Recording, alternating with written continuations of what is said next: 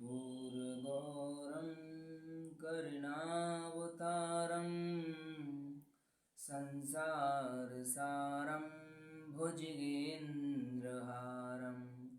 सदा वसन्तं हृदयारविन्दे भवं भवानी सहितं नमामि भवं भवानी सहितं नमामि। शंकर भगवान की जय, माता पार्वती की जय, गणेश जी महाराज की जय, कार्तिकेय महाराज की जय। हर हर महादेव, हर महादेव। शंभु काशी विश्वनाथ श्री शिवाय नमस्ते। काशी विश्वनाथ ये उन्नत पावन शिव महापुराण की कथा। ये आज बड़ा सौभाग्य से ये शिव महापुराण की कथा मिलती है सुनने और पढ़ने को। हमारे न जाने कितने पुण्योदय होते हैं उसके बाद में ये कथा में श्रवण करने और सुनने और वाँचने के लिए मिलती है। बहुत पुण्योदय होते हैं उसके बाद। इसमें ये पुराण कहती है, भगवान शंकर का चरित्र कहता है कि जो भी मनुष्य इसे पढ़ता है अथवा सुनता है वो ये लोग और परलोक में भी विजय और सुख से रहता है, खुशहाली से रहता है, ये लोग और परलोक में। तो हम तो बड़े सौभाग्य से ये कथा श्रवण करने का और वाँचने का। हमें ये नहीं सोचना चाहिए हमको कि हम ये बाँच रहे हैं और आप लोग सुन रहे हैं। हमें ये नहीं सोचना चाहिए। हमें तो ये सोचना चाहिए कि हमारे बाबा ही सुन रहे हैं और बाबा ही इसे बाँच रहे हैं। हमारी इतनी औकात भी नहीं है जो हम इसे सुन सकें और इसे बाँच सकें, जब तक भगवान की कृपा ना हो तब तक। तुमरुका जी कथा बाँचते हैं और चंचुला को सुनाते हैं। उसका पति बिंदुक जब प्रेत योनियों में पड़ जाता है तो उसे श्रवण कराकर उसे मोक्ष दिला देते हैं। तुमरुका जी कोई साधारण नहीं है, वो स्वयं एक शंकर के रुद्र अवतार है। जैसे बजरंगबली 11वें रुद्र अवतार है, उसी प्रकार से तुमरुका जी उनके शिव के रुद्र अवतार हैं। कोई साधारण नाम नहीं है तुमरुका। तुमरुकेश्वर महादेव के नाम से विराजमान है। तुमरुकेश्वर महादेव के नाम से उन्हें बुलाया पुकारा जाता है। तुम्हें जो भी कोई कार्य अटक रहा हो तो तुमरुकेश्वर महादेव के नाम से शिवलिंग पर जल चढ़ाओगे, जब कुंदकेश्वर महादेव के नाम से जल चढ़ाओगे तो तुम्हारा जो कार्य है उसमें सफलता मिलती है। ये शिव महापुराण की बड़ी उत्तम बुद्धिमान कथा है। जो इसे सुनता है अथवा पढ़ता है उसके तो न जाने कितने पाप टल जाते हैं ये कथा सुनने से और पढ़ने से। तो आज हम इस कथा की इस विषय पर पहुँचे हैं कि आइए ये कथा गणेश जी महाराज का विवाह होगा इस कथा में आज इस कथा से। और एक 12 ज्योतिर्लिंग में से एक मल्लिकार्जुन 12 ज्योतिर्लिंग में से एक मल्लिकार्जुन ज्योतिर्लिंग है, वो इसी कथा में आएगी। आप सुनेंगे वो 12 ज्योतिर्लिंग में से मल्लिकार्जुन ज्योतिर्लिंग नाम कैसे पड़ा, वहाँ पे कैसे नाम घोषित हुआ, आप इस कथा में हम सब श्रवण करेंगे भगवान शिव की कृपा से। तो एक बार बोलिए हर हर महादेव, हर शंभु काशी विश्वनाथ। एक समय की बात है कि शिव और शिवा यानी कि शिव और पार्वती दोनों प्रेम पूर्वक एकांत में बैठकर यूँ विचार करने लगे कि हमारे ये दोनों पुत्र विवाह के योग्य हो गए हैं। दोनों पुत्र कौन? एक गणेश जी महाराज और एक कार्तिकेय महाराज। तो वो दोनों ये विचार करने लगे कि हमारे ये दोनों पुत्र विवाह के योग्य हो गए हैं, अब हम इन दोनों का शुभ विवाह कैसे संपन्न करें, कैसे विवाह करें इन दोनों का। हमें तो जैसे शरणानंद प्यारे हैं वैसे ही गणेश जी प्यारे हैं। भोलेनाथ और माता पार्वती कह रही हैं कि जैसे हमें गणेश जी प्यारे हैं उतने ही हमारे कार्तिकेय भी प्यारे हैं। जो तो मनुष्य के लोग हैं आजकल जो छोटे और बड़े बेटे में भेद देखते हैं, लेकिन शास्त्र की रीति से चला जाए तो कभी छोटे या बड़े में भेद नहीं देखना चाहिए, जिस महापुराण की कथा में साक्षात वर्णन कर रही है, कह रही है। तो ये दोनों विचार करने लगे। एक दिन एक समय की बात है, दोनों पुत्र मन में भी विवाद की इच्छा ले उठी बैठे थे।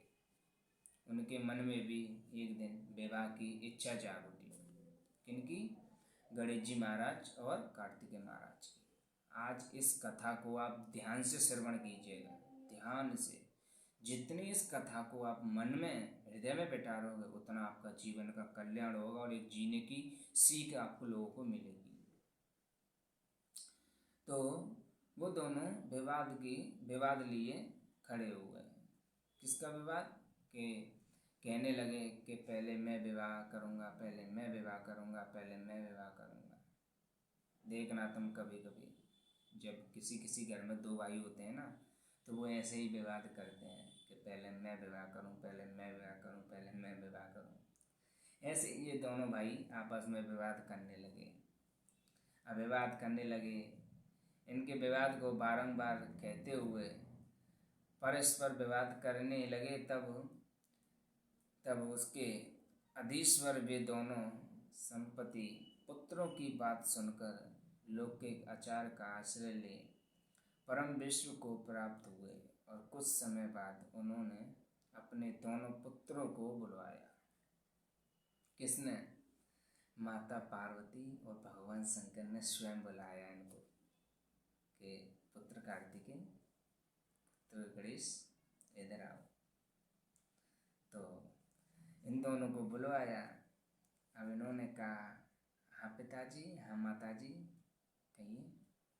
तो भगवान शिव और पार्वती बोले, हे सुपुत्रों, हम लोगों ने पहले से ही एक ऐसा नियम बना रखा है जो तुम दोनों के लिए सुखदायक होगा। क्योंकि भगवान शंकर तो जानते थे, ऐसा कौन माँ बाप है जो अपने बेटे की बात नहीं जानता? कौन ऐसा माँ बाप? सभी जानते हैं, लेकिन ये तो बेटों को सोचनी चाहिए कि हम माँ बाप के लिए क्या करें। कुछ कह रहे हैं, कुछ कारण ही होगा। तो इसीलिए उन्होंने कहा कि तुम दोनों के लिए हमने एक सुखदायक बात सोची है। अब हम यथार्थ रूप से उसका वर्णन करते हैं, अब तुम ध्यान देकर सुनिए। भगवान शिव और माता पार्वती कहने लगे, अब तुम ध्यान देकर सुने, प्रेम पूर्वक सुनो। मेरे प्यारे बच्चों, हमें तुम दोनों पुत्र समान ही प्यारे हैं। हमें तो तुम दोनों पुत्र ही एक समान प्यारे हैं।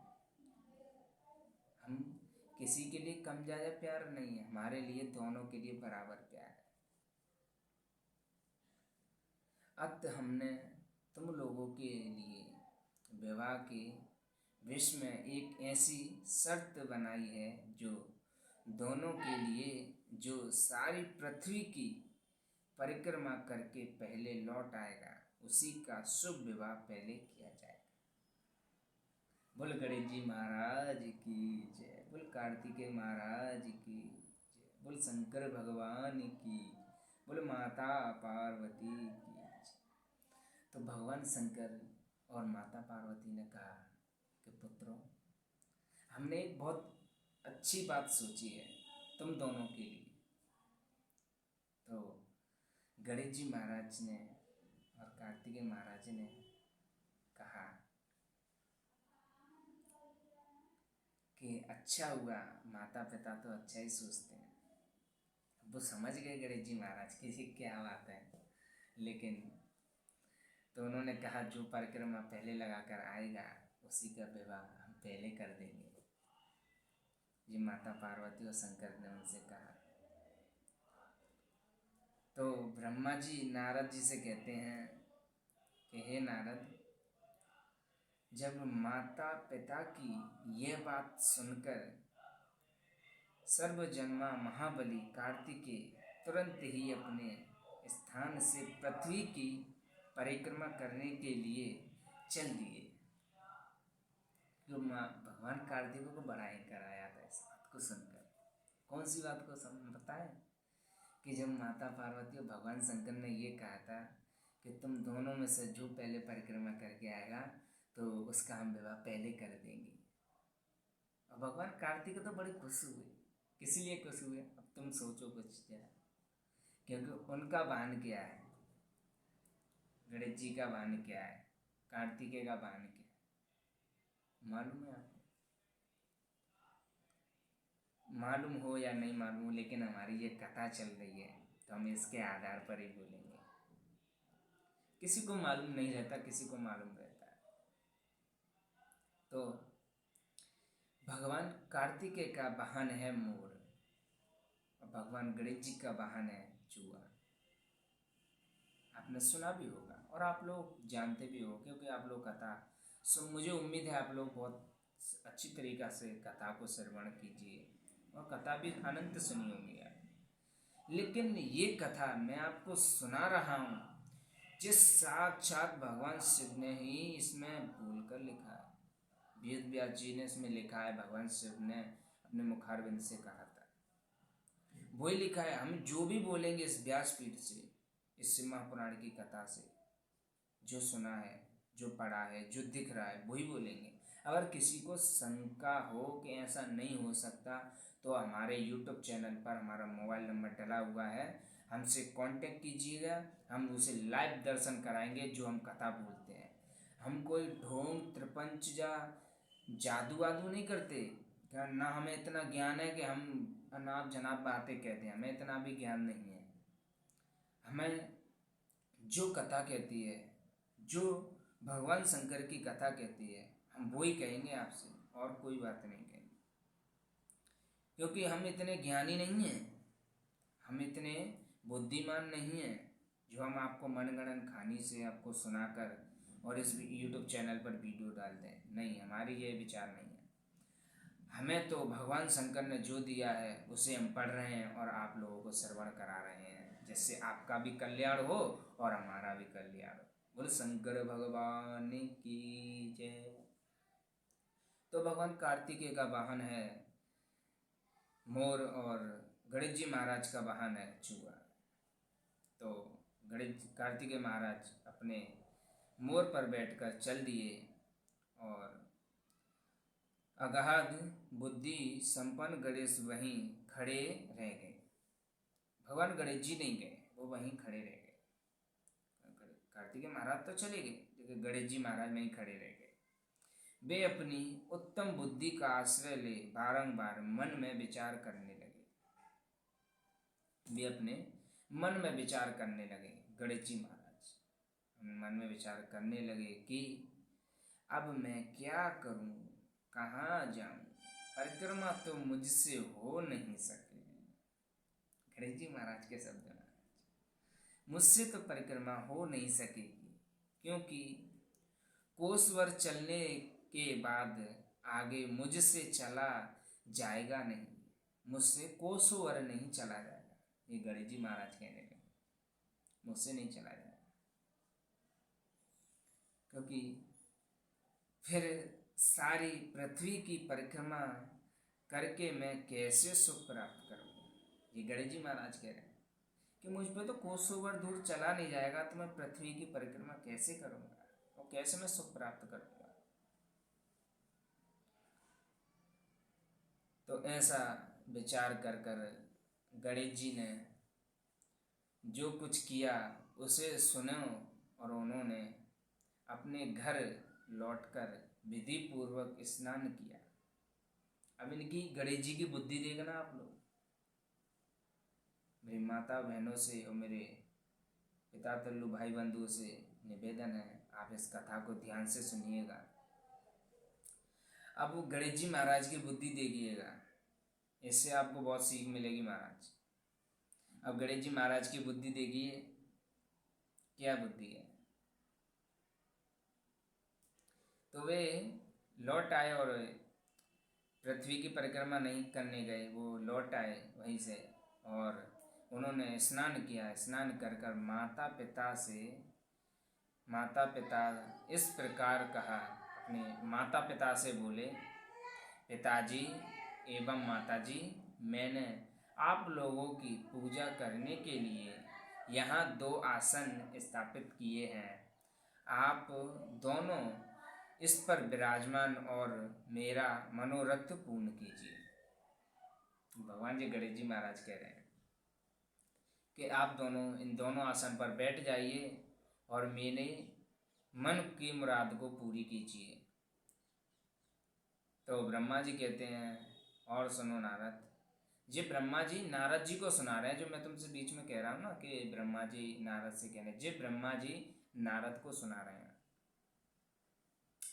तो ब्रह्मा जी ने नारद से कहा, और सुनो नारद, जब गणेश की बात सुनकर पार्वती और परमेश्वर शंकर भगवान उनकी पूजा ग्रहण करने के लिए आसन पर विराजमान हो गए, तब गणेश ने उनकी विधि पूर्वक पूजा की और बारंबार प्रणाम बेटा किया।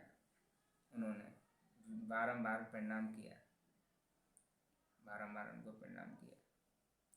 तो ब्रह्मा जी कहने लगे, बेटा नारद, क्योंकि ब्रह्मा जी के पुत्र ही हैं नारद जी भगवान। अभी आपको आगे श्रवण कराएंगे। ब्रह्मा जी के पुत्र हैं नारद जी, और उन्होंने कहा, बेटा नारद, और सुनो, गणेश तो बुद्धि सागर थे ही। गणेश जी तो बुद्धि के सागर ही थे। वे हाथ जोड़कर प्रेम मगन माता पिता की बहुत प्रसन्न से स्तुति करने लगे। कौन? गणेश जी महाराज। उन्होंने परिक्रमा की और उन्होंने गणेश जी ने कहा, हे माता पिताजी, हे माता, हे पिताजी, आप लोग मेरी उत्तम बात सुनिए। गणेश जी महाराज कह रहे हैं, किससे? माता पार्वती और भोले बाबा से कह रहे हैं कि हे माता पिता, आप लोग मेरी उत्तम बात सुनिए और शीघ्र ही मेरा शुभ विवाह कर दीजिए। गणेश जी महाराज कह रहे हैं कि मेरा शुभ विवाह कर दीजिए। तो ब्रह्मा जी कहते हैं, नारद, और सुनो, महात्मा गणेश का ऐसा वचन सुनकर वे दोनों, शिव और पार्वती, ने कहा, बेटा गणेश, तू पहले कानों सहित इस सारी पृथ्वी की परिक्रमा तो कर लिया। श्री माता पार्वती और शंकर भगवान कह रहे हैं दोनों मिलकर कि बेटा तू पहले पृथ्वी की परिक्रमा तो करके आ, तब तो तेरा विवाह करूंगा। तो उन्होंने ऐसा कहा कि तू पहले पृथ्वी की परिक्रमा तो करके आ। तो ऐसा कहा उन्होंने, और उससे पहले लौटा। उन्होंने कहा, तू पूरी पृथ्वी की परिक्रमा करके आ और कार्तिकेय से पहले लौट के आ, तो तेरा मैं विवाह पूर्ण करूंगा और तेरा विवाह सबसे पहले करूंगा। तू पहले जा तो सही, परिक्रमा तो करके आ। तो मुने नियम परायण गणेश माता पिता की ऐसी बात सुनकर कुपित हुए, क्रोधित हुए। गणेश जी महाराज क्रोधित हुए। तो गणेश जी महाराज ने कहा, हे माता पिता, आप दोनों सर्वश्रेष्ठ धर्म रूप और महाबुद्धिमान हैं। अतः धर्मानुसार मेरी बात सुनिए। ये भगवान गणेश जी महाराज कह रहे हैं भगवान शंकर और माता पार्वती से कि हे पिताजी, हे माता, आप धर्म के अनुसार मेरी बात सुनिए। मैंने 7 बार पृथ्वी की परिक्रमा की है, फिर आप लोग ऐसी बात क्यों कह रहे हैं? ऐसी बात क्यों कह रहे हैं? तब मुने जब से पार्वती तो बड़े लीला नंदनी ही ठहरे वे गणेश का यह कथन सुनकर लौकिक गति का आश्रय लेकर बोले। शिव और पार्वती ने कहा, पुत्र, तूने समुद्र पर्यंत विस्तार वाली बड़े बड़े कानों से युक्त इस सप्तद्वीप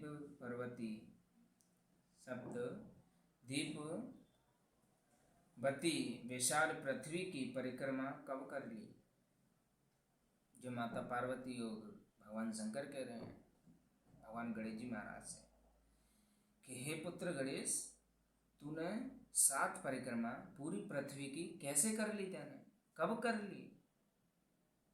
हमें तो नहीं मालूम।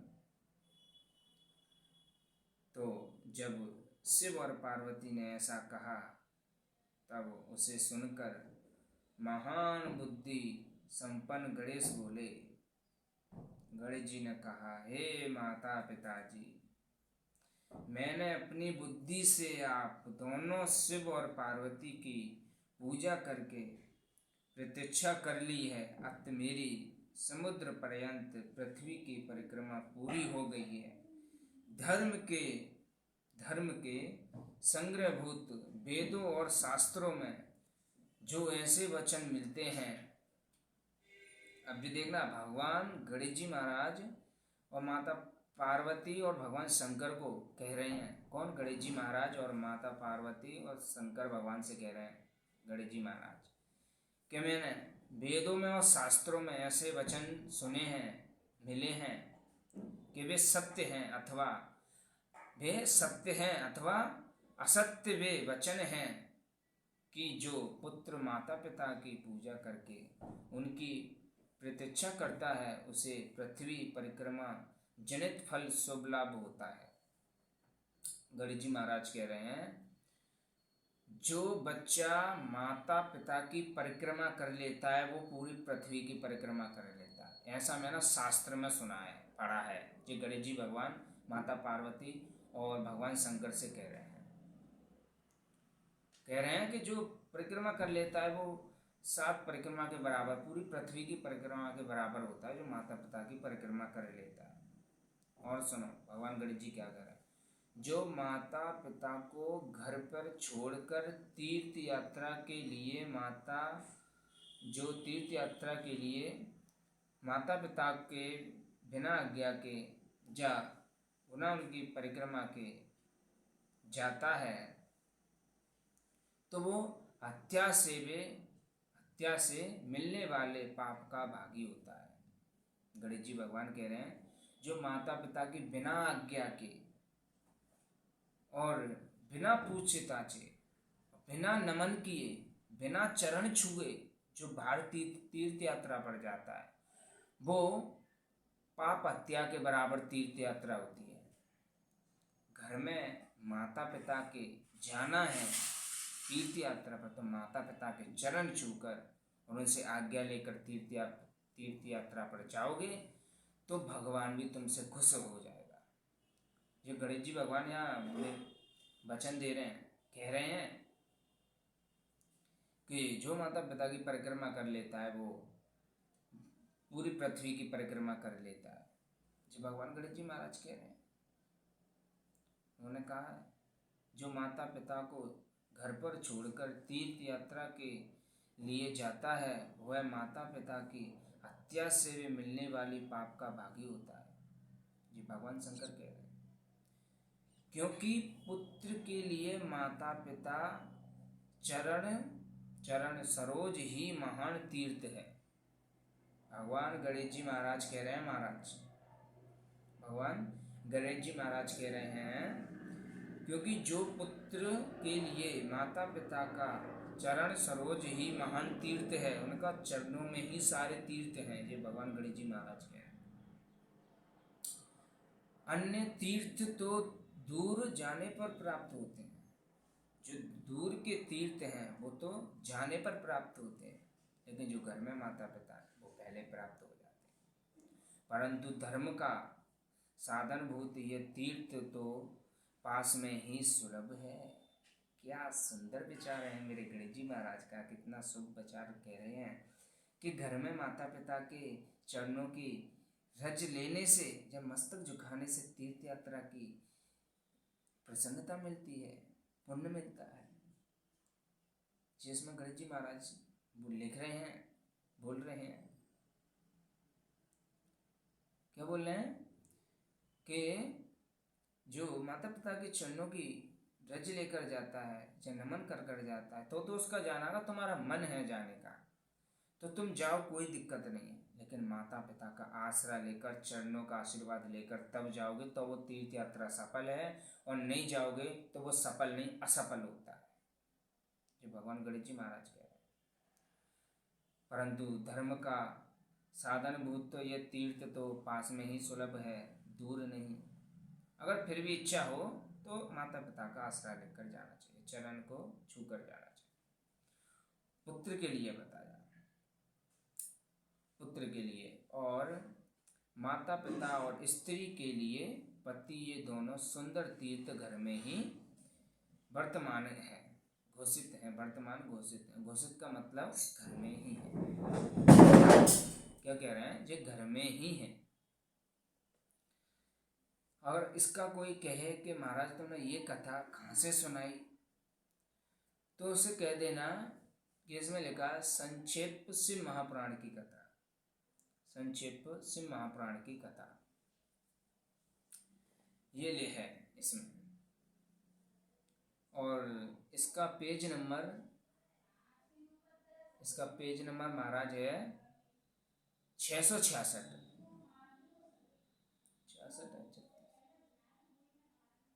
600, एक मिनट रुको, क्योंकि इसमें अलग भाषा में लिखा है, इसमें अलग भाषा में लिखा है, इसलिए मेरे समझ में नहीं आ रहा है। मैं अभी दूसरी मैंने लिखा है दूसरी भाषा में, तो मैं इसमें से पढ़ के बताता हूँ। हाँ, इसमें लिखा है 3 से 66, 600 नहीं है, 3 से 66, क्योंकि इसके अक्षर ऐसे में ऐसे हैं, वो मुझे 3 कैसा लग रहा था, 6 कैसा लग रहा था।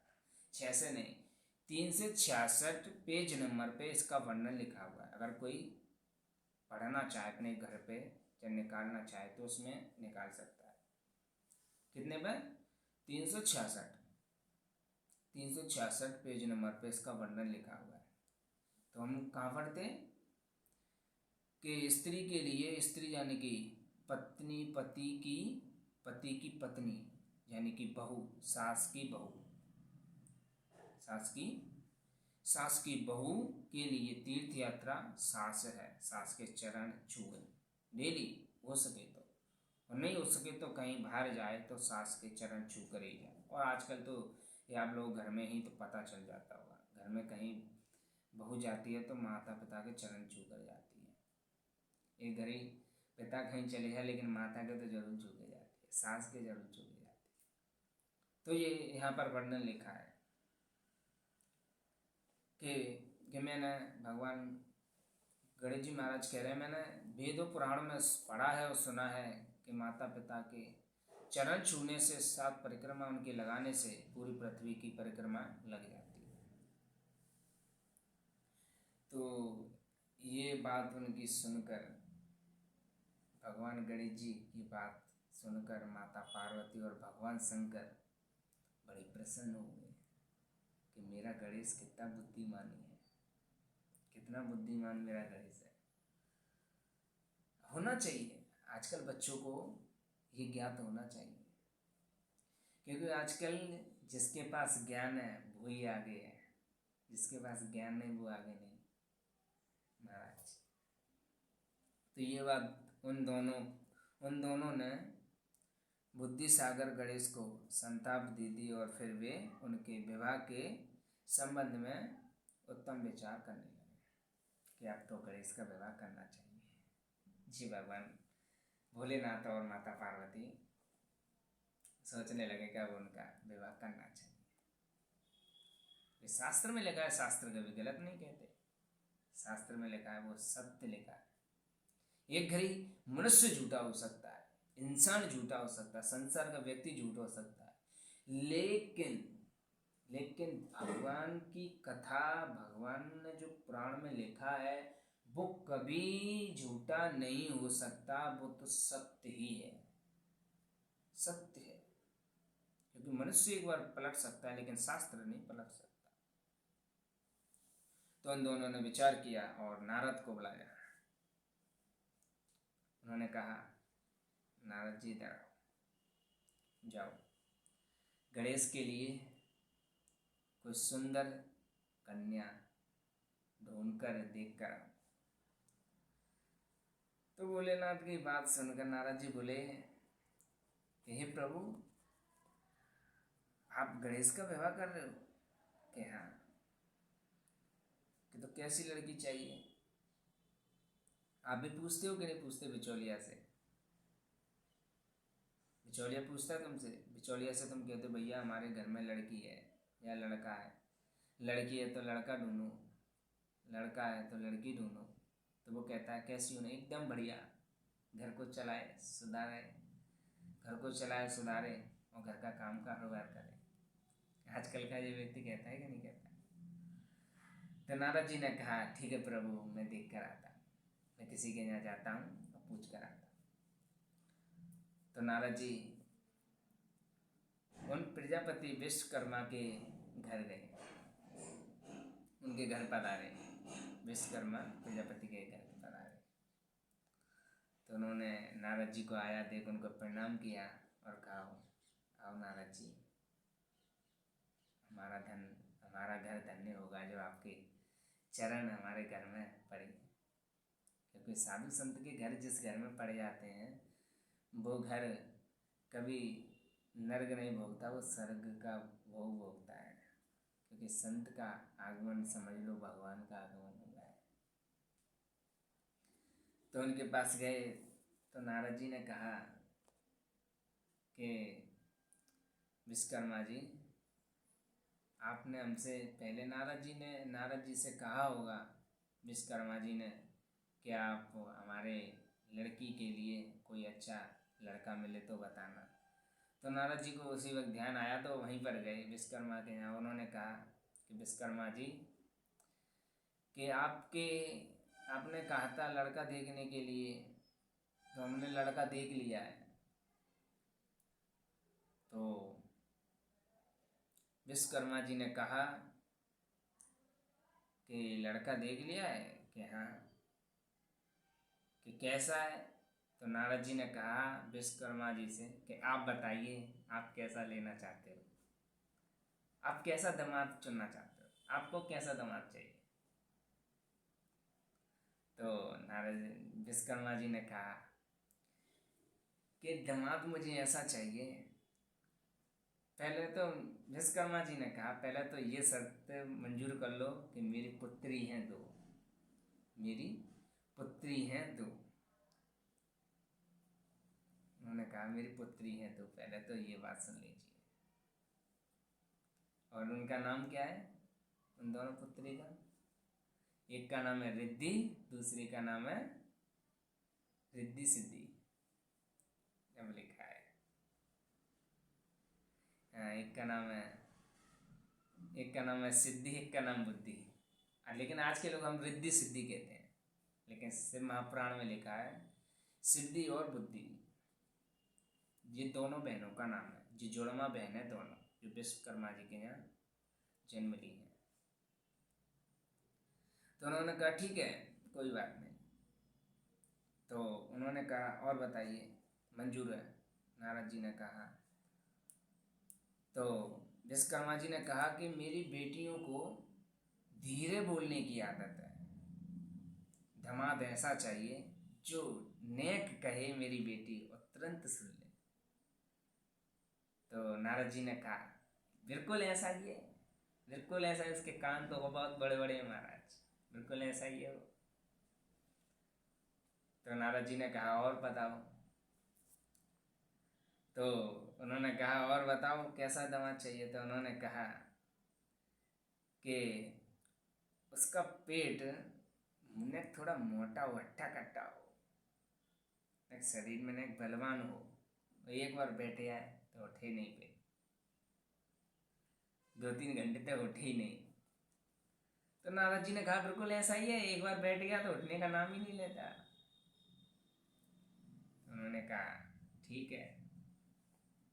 नारद जी ने कहा और बताओ और कैसा चाहिए। कि मेरी 2 पुत्रियों में दोनों का विवाह एक साथ करना चाहता हूँ। तो बिन नारद जी ने कहा वो एक के लायक ही नहीं है, वो 2 लायक ही है, क्योंकि वो खाता इतना है कि एक कर करके परेशान हो जाएगी। इसीलिए एक परेशान हो जाए तो दूसरी कर दे उसके लिए, इसीलिए वो एक के लायक ही नहीं है।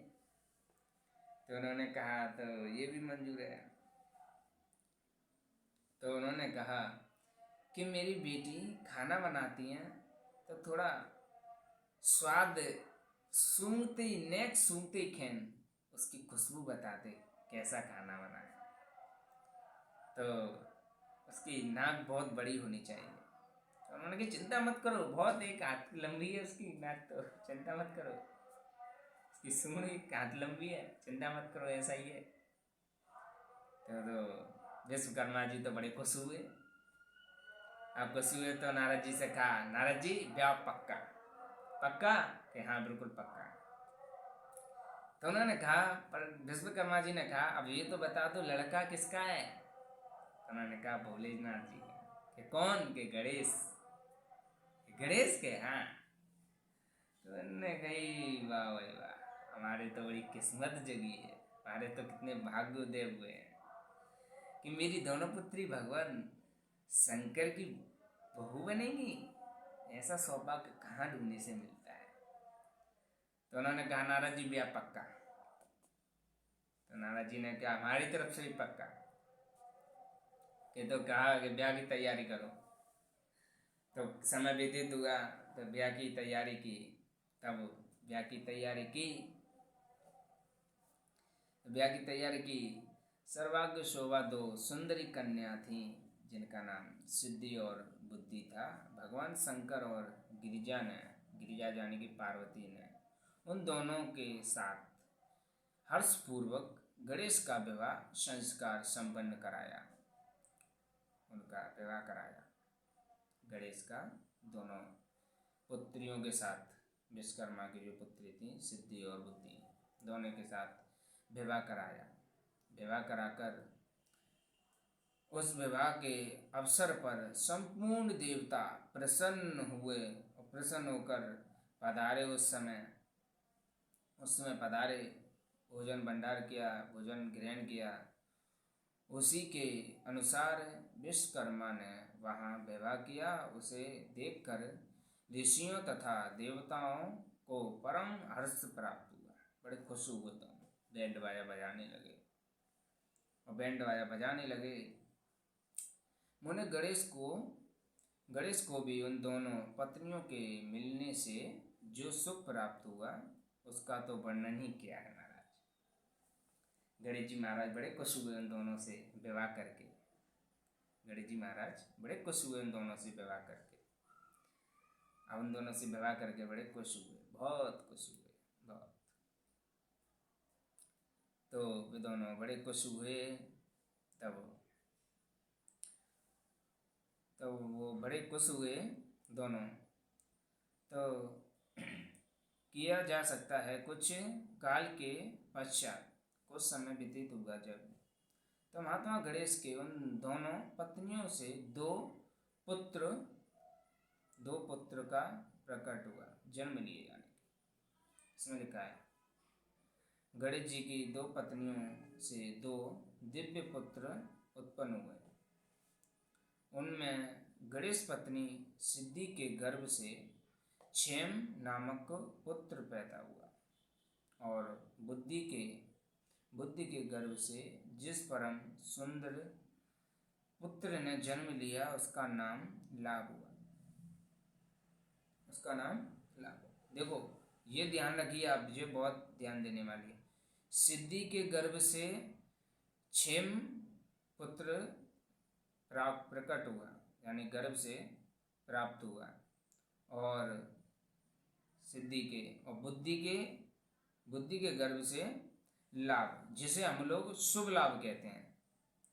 लाभ तो ठीक है, लेकिन हम शुभ कहते हैं ना, वो शुभ नहीं। क्षेम लिखा है, यहाँ पे लिखा है क्षेम। क्षेम से, और क्षेम किसके गर्भ से हुआ है? सिद्धि के। और बुद्धि के गर्भ से लाभ, तो हम लोग शुभ लाभ कहते हैं। आज के इस समय में शुभ लाभ कहते हैं, लेकिन यहाँ पे सिम्हा पुराण में क्षेम लाभ लिखा है। तब उनका इन दोनों पत्नियों से गर्भ हुआ, तब ये क्षेम लाभ पुत्र उत्पन्न हुए, प्रकट हुए। इस प्रकार जब गणेश अचित कुश का भोग करते हुए निवास करने लगे, उन दोनों पत्नियों के साथ आराम से कुशमगन रहने लगे, तो सुख का भोग करते हुए निवास करने लगे। तब इतने में परिक्रमा करके गणेश वो परिक्रमा करके लौट आए कार्तिकेय महाराज। इतने में ही दूसरे पुत्र कार्तिकेय पृथ्वी की परिक्रमा करके लौट आए। कौन जी परिक्रमा करने गए थे ना, पृथ्वी की, कार्तिकेय महाराज, तो ये लौट आए। उस समय नारद जी ने आकर कुमार स्कंद कार्तिकेय महाराज का ही नाम है, स्कंद को सब समाचार सुनाया। किसको?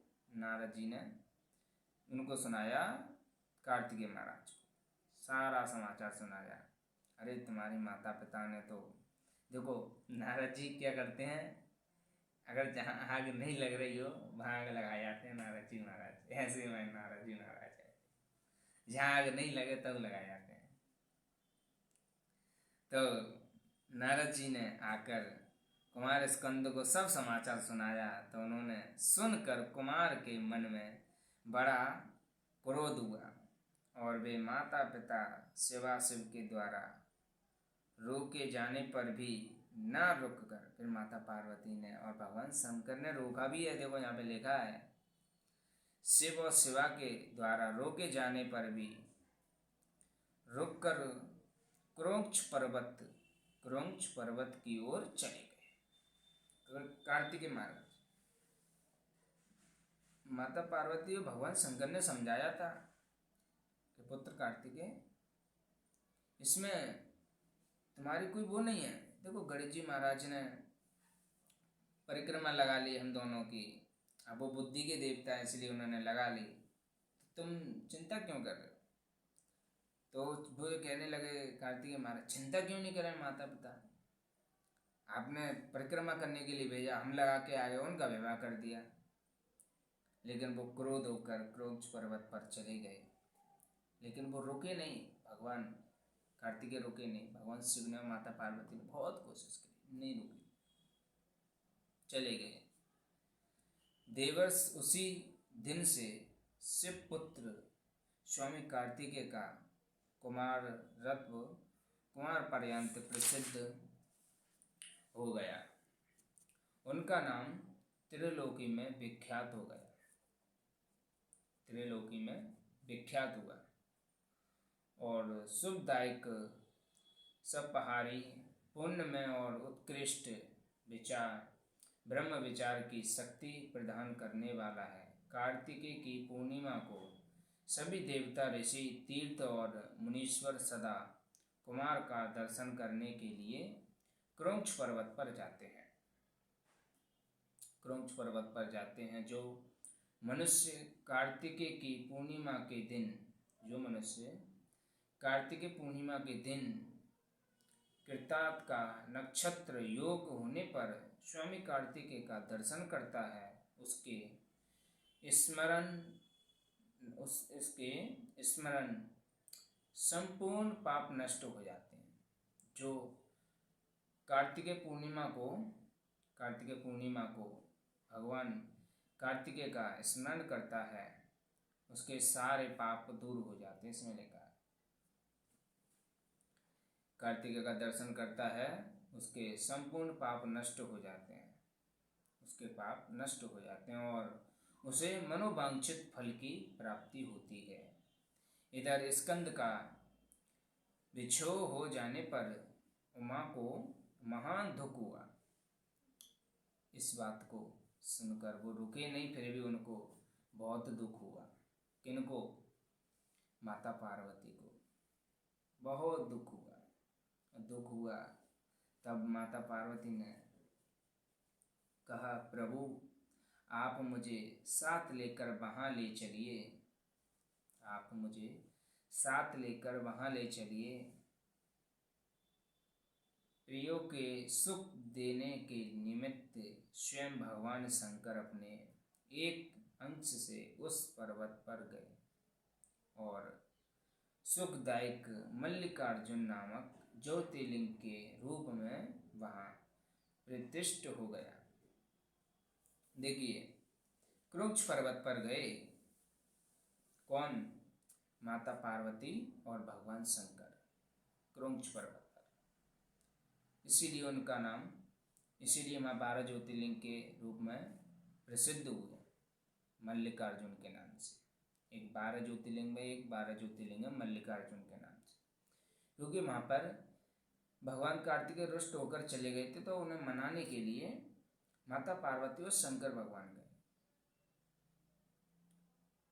मल्लिका माता पार्वती बनी और अर्जुन मेरे शंकर भगवान बने, इसीलिए उन दोनों का नाम एक साथ जोड़कर मल्लिकार्जुन नाम विख्यात हुआ, 12 ज्योतिर्लिंग के रूप में विख्यात हुआ। सत्पुरुषों की गति तथा अपने सभी भक्तों के मनोरथ पूर्ण करने वाले हैं। वे आज भी शिव के सहित उस पर्वत पर विराजमान है। तब ब्रह्मा जी कहते हैं, बेटा नारद, वे दोनों शिवा और शिव भी पुत्र स्नेह से विहल होकर प्रत्येक पर्वत पर कुमार को देखने के लिए जाते हैं और अमावस्या के दिन वहाँ स्वयं शंभु पधारते हैं और पूर्णिमा के दिन पार्वती जी जाती हैं। मुनीश्वर, तुमने जो स्वामी कार्तिकेय और गणेश जी की जो वृत्तांत मुझसे पूछा था, वह सब मैंने तुम्हें कह सुनाया। क्योंकि नारद भगवान ने ब्रह्मा जी से कहा था, हे ब्रह्मा जी, मुझे भगवान कार्तिकेय और भगवान गणेश जी महाराज की कथा सुनाइए, विवाह की और उनके रुष्ट हो जाने पर की, और एक 12 ज्योतिर्लिंग में से एक मल्लिकार्जुन 12 ज्योतिर्लिंग में से उसकी भी कथा सुनाइए। तो ब्रह्मा जी कह रहे हैं कि बेटा नारद, मैंने ये कथा तुम्हें सुनाई और इसे सुनकर बुद्धिमान मनुष्य समस्त पापों से युक्त हो जाता है। यहाँ पे वेदव्यास जी लिखते हैं कि जो मनुष्य इस कथा को सुनता है अथवा पढ़ता है, उसके सर्व पाप नष्ट हो जाते हैं। जब तक वो सुनता है तब पढ़ता है, उसके पाप नष्ट हो जाते हैं, फिर उसके बाद में वो पाप करे, फिर उसका फिर चालू हो जाता है, पाप पुण्य फिर चालू हो जाता है। इसमें लिखा हुआ है, उसके वो मुक्त हो जाता है पापों से और उसकी सभी शुभ कामनाएं पूर्ण हो जाती हैं। जो उसकी कामना भी होती हैं वो भी पूर्ण होती हैं। इस महापुराण में वर्णित है। जो मनुष्य इस चरित्र को, मैंने अभी भी कहा था, पढ़ता है और सुनता, देखो यहाँ पे लिखा है, जो मनुष्य इस चरित्र को पढ़ता है अथवा सुनता है निश्चय उसके सभी मनोरथ सफल हो जाते हैं। मैंने पहले भी कहा था, अभी 1 सेकंड पहले ही कहा था कि जो उसको पढ़ता है या सुनता है उसके सर्व पाप नष्ट हो जाते हैं और वो पाप की योनि से छूटकर एक मुक्त की योनि भोगने लगता है। फिर उसके बाद में वो करता है, फिर उसके बाद में फिर चालू पाप पुण्य फिर चालू हो जाते हैं। लेकिन जब तक ये सुनता है पढ़ता है, उसके मन तक ब्राह्म हो जाता है, उसका पाप वहीं ब्राह्म हो जाता है, यानी समाप्त हो जाता है, उसको जो पढ़ता है या सुनता है। तो मैंने पहले भी एक कहा था, यह अनुपम आख्यान पाप नाशक कीर्ति कीर्तिप्रद सुख वर्धक आयु बढ़ाने वाला, स्वर्ग की प्राप्ति कराने वाला, पुत्र की बुद्धि करने वाला, मोक्षप्रद शिव जी के उत्तम ज्ञान का प्रदाता, शिव पार्वती में प्रेम उत्पन्न करने वाला और शिव भक्ति वर्धक है। ये कल्याणक शिव जी के अद्वैत ज्ञान का दाता और सदा शिवम है। अत्य मोक्षकामी एवं निष्काम भक्त को सदा इसका स्मरण करना चाहिए। तो मेरे प्यारे शिव महापुराण के भक्तों, मेरे राम कृष्ण शिव के भक्तों, आपने ये कथा बड़ी ध्यान देकर सुनी होगी। मुझे ज्ञात है इस कथा का पूरा आपने ध्यान देकर सुनी होगी। और भगवान शंकर आपकी जो भी मनोकामना है वो पूर्ण करे। मैं भगवान शंकर से यही प्रार्थना करता हूँ कि जो भी इस कथा को सुने अथवा पढ़े उसकी सारी मनोकामना पूर्ण करें, क्योंकि भगवान शिव ने खुद इसमें स्वयं वर्णन किया है। तो भगवान शंकर उनकी मनोकामना पूर्ण करें और सब कुशल मंगल रहें। तो महाराज आज ये कथा शिव महापुराण की ये चरित्र चल रहा था कार्तिकेय और गणेश जी का, ये यहाँ पर विराम लेने जा रहा है। अब अगली कथा फिर हम डालेंगे। जब तक के लिए जय जय श्री राधे, हर हर महादेव, श्री शिवाय नमस्तुभ्यं। काशी विश्वनाथ की जय हो। हर हर महादेव हर। ओम नमः शिवाय, ओम नमः शिवाय, हर हर भोले नमः शिवाय, ओम नमः शिवाय, ओम नमः शिवाय, हर हर भोले नमः शिवाय। कर्पूरगौरं करुणावतारं संसारसारं भुजगेन्द्रहारं सदा